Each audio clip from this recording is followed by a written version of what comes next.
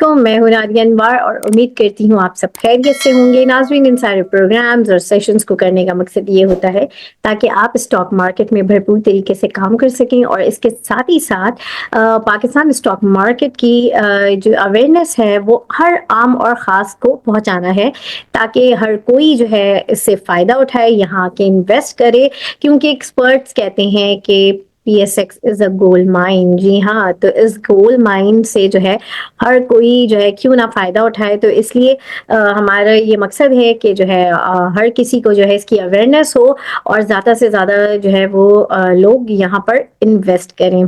तो इसके लिए ज़रूरी है कि आपने चैनल को लाइक करना है, सब्सक्राइब करना और साथ में बेल आइकन को भी हिट करना है ताकि कोई भी इंफॉर्मेटिव सेशन जो है वो आपसे मिस ना हो जाए। और इसके साथ ही साथ आप शेयर करेंगे तो हम भी अपने इस जो है मकसद में कामयाब हो सकेंगे। और इसके साथ ही साथ नाज़रीन, व्हाट्सएप डिस्क्रिप्शन में व्हाट्सएप का लिंक है, वो आप ज्वाइन करें ताकि आप हमारे लाइव सेशंस का हिस्सा भी बन सकें। और इसके साथ ही साथ जो है आप हर चीज़ों से अपडेटेड भी रहें। नाज़रीन, आज हमारे साथ प्रोग्राम में मौजूद हैं, जी हाँ, मैं बात कर रही हूँ अमीन अब्दुल गफ्फार साहब की। उनसे जानते हैं मार्केट के बारे में। तो चले, लेट्स वेलकम हिम। अस्सलाम वालेकुम सर। वालेकुम सलाम। कैसे हैं सर आप? अल्लाह का शुक्र करिए। सर, थोड़ी सी आपकी आवाज़ स्लो आ रही है, थोड़ी सी मैं चाहूंगी कि आप अपनी आवाज़ थोड़ा सा साउंड चेक कर लें, थोड़ा सा वॉल्यूम। जी। सर, सबसे पहले जो है मैं ये जानना चाहूंगी, आज की मार्केट के हवाले से तो मैं जानना चाहूंगी, लेकिन ये मुझे बताएं कि कंटिन्यूसली हम जो है एक मंदी की शक्ल देख रहे हैं और क्या वजह है इसकी। और कल मॉनेटरी पॉलिसी अनाउंस हुई एज पर एक्सपेक्टेड, जो कि था कि 1% जो है वो कम हुआ। तो सब ये एक्सपेक्ट कर रहे थे कि शायद आज मार्केट बहुत अच्छी होगी या थोड़ी बेहतर हो जाएगी, लेकिन वही है कि वही तसलसल जो अभी हम पिछले दिनों देख रहे थे, वही तसलसल जो है वो कंटिन्यू रहा। तो क्या वजह है, क्यों इस तरह से हो रहा है? लोग जो है परेशान हैं कि कब एक पॉजिटिविटी जो है वो मार्केट में देखेंगे। क्या मामलात हैं, थोड़ा सा इसके ऊपर बताइए। देखें, तेजी मंदी तो मार्केट का हिस्सा है और काफी लोगों ने प्रॉफिट की वो भी वेट कर रहे थे कि डाउन पे माल मिले, तो उनको भी माल मिल गया। और जो प्रॉफिट टेकिंग करते हैं या नहीं करते,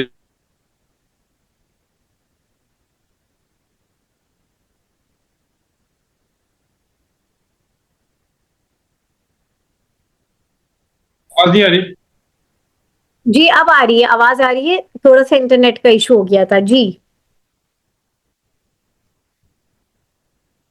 जी, अपनी बात कहें।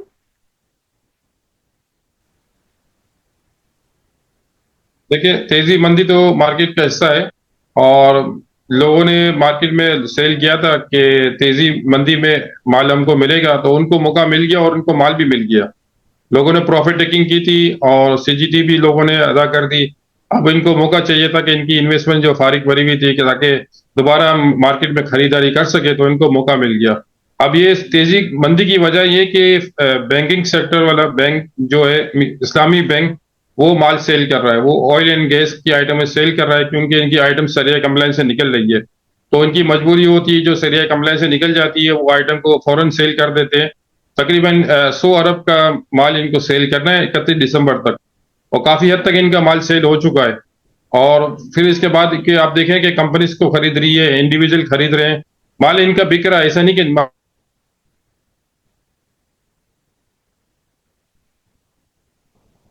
इंडिविजुअल होता है जो अपनी पर्सनल इन्वेस्टमेंट होती है, तो वो उसको अपनी इन्वेस्टमेंट को बचा बचा के और डीप में खरीदता है माल। बहरहाल ये कि इनका 2-3 आइटम सरिया कंप्लायंस से निकल गई है। इसके अलावा 2-3 सीमेंट आइटम है जो सरिया कंप्लायंस के अंदर आ रही है। डीजी खान सीमेंट है, फौजी सीमेंट है। आपने देखा कि मार्केट इतनी गिरी, इन दोनों आइटम में कुछ इतना फर्क नहीं पड़ा, बल्कि इनका रेट कम नहीं हुआ। आज आपने देखा कि दीवान फारूक मोटर का अपर लोग लगा, सिटी फार्मा का अपर लोग लगा, और इसके अलावा 3 दूसरी आइटम का अपर लोग लगा। और 2 मेन जो रनिंग आइटम है, दीवान फारूक मोटर, सिटी फार्मा, उनको अपर का लोग लगा। तो मार्केट के अंदर मंदी नहीं है। मार्केट के अंदर जैसे इनकी सेलिंग खत्म हो जाएगी, दोबारा मार्केट अपना कंटिन्यूस तेजी का मूवमेंट स्टार्ट कर देगी। अब लोगों को ये सुबह से पता चल जाती है कि फंड की सेलिंग है, तो ये आप देख रहे हैं कि सुबह से मार्केट के अंदर डल होती है, ना कोई बायर होता है ना सेलर होता है। तो जी। फिर आखिर में जब 8 बजते हैं तो एकदम से सेलिंग आ जाती है। तो इनको पता होती है कि बड़े ब्रोकर को कि मार्केट के अंदर फंड की सेलिंग खरी हुई है, ये इनसाइड इन्फॉर्मेशन को मिल जाती है। तो ये फिर ये क्या करते हैं, अपनी जो आइटम होती है वो इनको पता है कि दोबारा डीप में मिल जाएगी। तो यही मार्केट का जो प्ले का हिस्सा है। बाकी तो आप अदरवाइज आप तेजी तेजी करेंगे तो फिर पता नहीं कहाँ तक जाके आइटम रुकेगी। तो इस तरह नहीं होता। बहरहाल के अजान हो रही, रोक दे तो।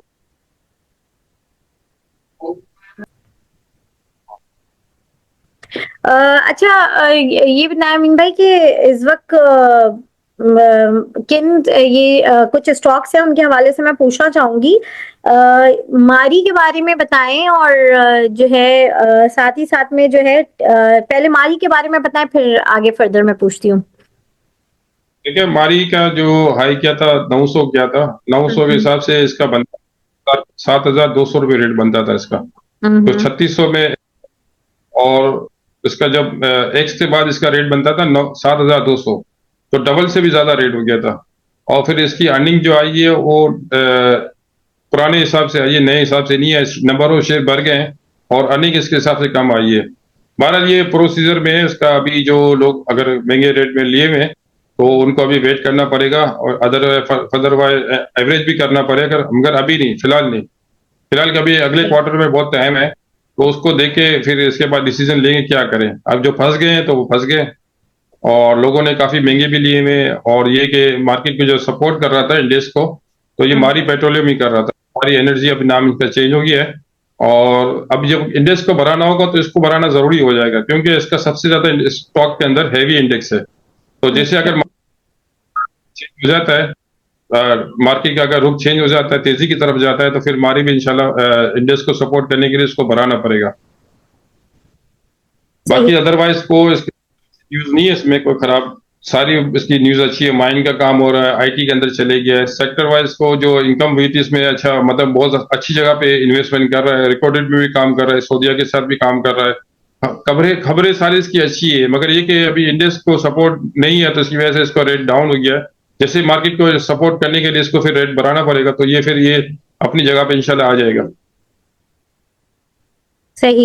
अच्छा, और सर टीआरजी के हवाले से बताइए जरा, टीआरजी का क्या है? देखिए, टीआरजी की एक न्यूज लगी थी कि 75 रुपीज में बायबैक की तकरीबन 25 से 30% इसकी या 35% बायबैक की न्यूज थी।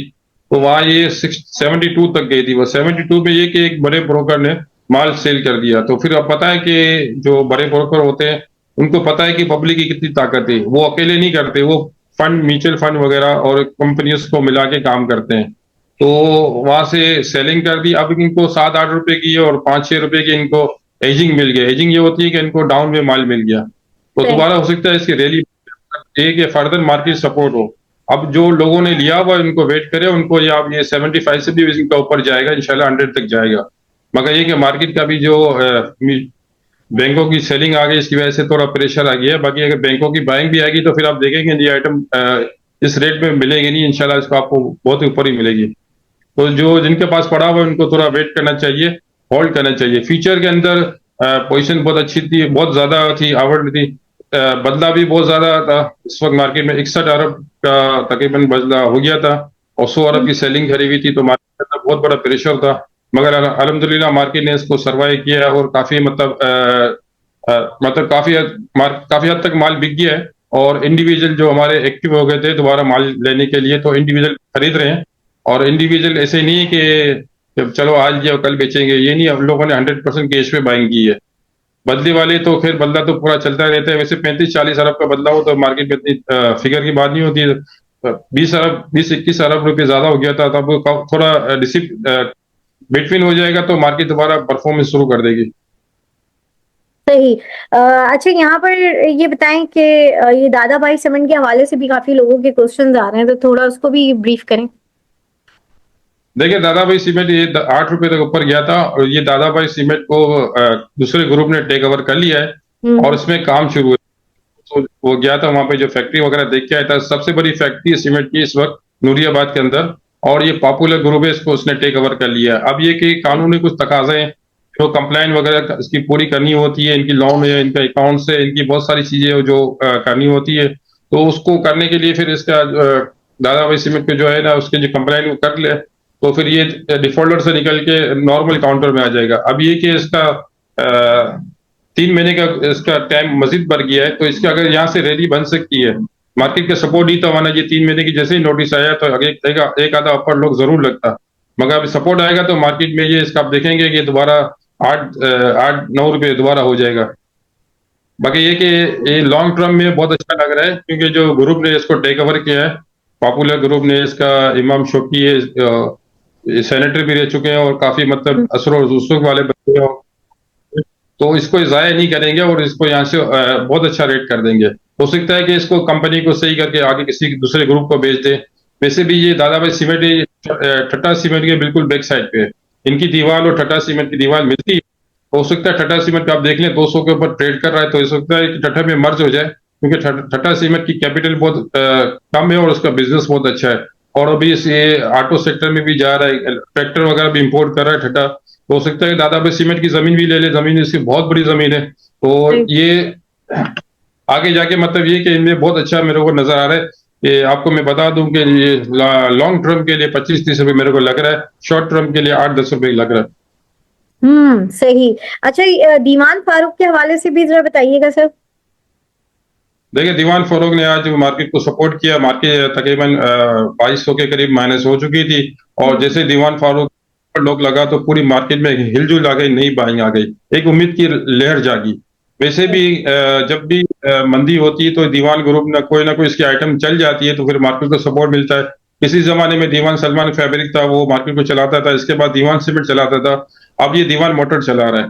दीवान सीमेंट का 40 रुपये रेट हो गया था, जो मार्केट के अंदर गेम करते थे, मतलब सट्टेबाजी करते थे, उनको बहुत अच्छा प्रॉफिट हुआ था, तो वहां से लोगों ने मार्केट को पूरी चला दिया। तो वो पुरानी रैली थी। अब ये दीवान फारूक मोटर की अगर रैली चल जाती है, इसमें आम लोगों को बहुत फायदा होगा, फिर ये अपना शेयर आइटम में इन्वेस्टमेंट करेंगे, तो वहां से भी एक नई रैली बन जाएगी, क्योंकि जब आदमी कमाता है तो उसका दिल खुल जाता है, तो फिर ये छोटी आइटम के अंदर रैली बनाते हैं। तो ये दीवान फारूक अगर 80 रुपए का शॉर्ट टर्म टारगेट कह रहे हैं, इसका हो जाए, वो लग रहा है, तो ये हो सकता हो जाए। 50 तक ये गया था, इसके बाद ये पहले 60 तक गया था, मगर अब लगता है कि ये नया हाई बनाएगा। सही। इतनी मंदी के अंदर अपर लोग मामूली बात नहीं, बहुत बड़ी बात है। आप सोच ले, जब तेजी होगी तो फिर इसका क्या होगा। सही। तो सर, ये ऑटो सेक्टर के बारे में भी थोड़ा सा बताएं कि ऑटो सेक्टर को किस तरह देख रहे हैं आप।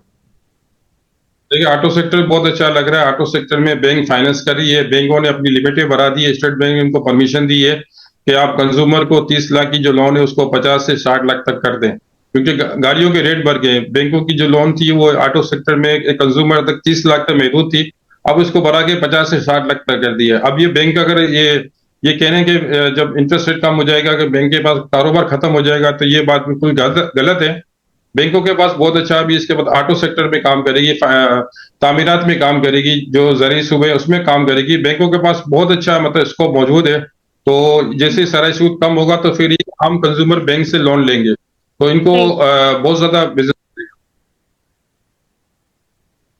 और इसके अलावा जो एफबीआई की न्यूज लगी हुई है कि ऑटो सेक्टर के अंदर एक खास एक कंपनी में बाइंग कर रही है, तो अब ये इन पे जो इतना इनको कहा है कि कहा जा रहा है कि हर कंपनी में बाइंग करे तो तमाम सेक्टर को थोड़ा थोड़ा रिलीफ मिलेगा, बल्कि फायदा होगा, क्योंकि एकदम से इनकी अगर 30 से 40 गाड़ियां बिक जाती है तो फिर इनको अच्छा मतलब एक बहुत अच्छा ग्रोथ मिल जाएगा नई प्रोडक्शन बनाने का।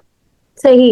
अच्छा सर, अभी आपने थोड़ी देर पहले कहा कि दीवान फारूक के हवाले से कि जो है अभी मंदी में ये इतना अच्छा परफॉर्म कर रहा है, तो जब तेजी होगी तो ये क्या होगा। तो अभी तो आपने स्टार्ट में भी यही कहा कि मार्केट को मैं मंदी में नहीं देखता, मंदी की तरह नहीं देखता, इस वक्त मार्केट अच्छी है। तो फिर अचानक ये अभी मंदी वाली बात आपने दीवान फारूक में कही, तो इस वक्त इस चीज को हम मंदी माने या ना माने।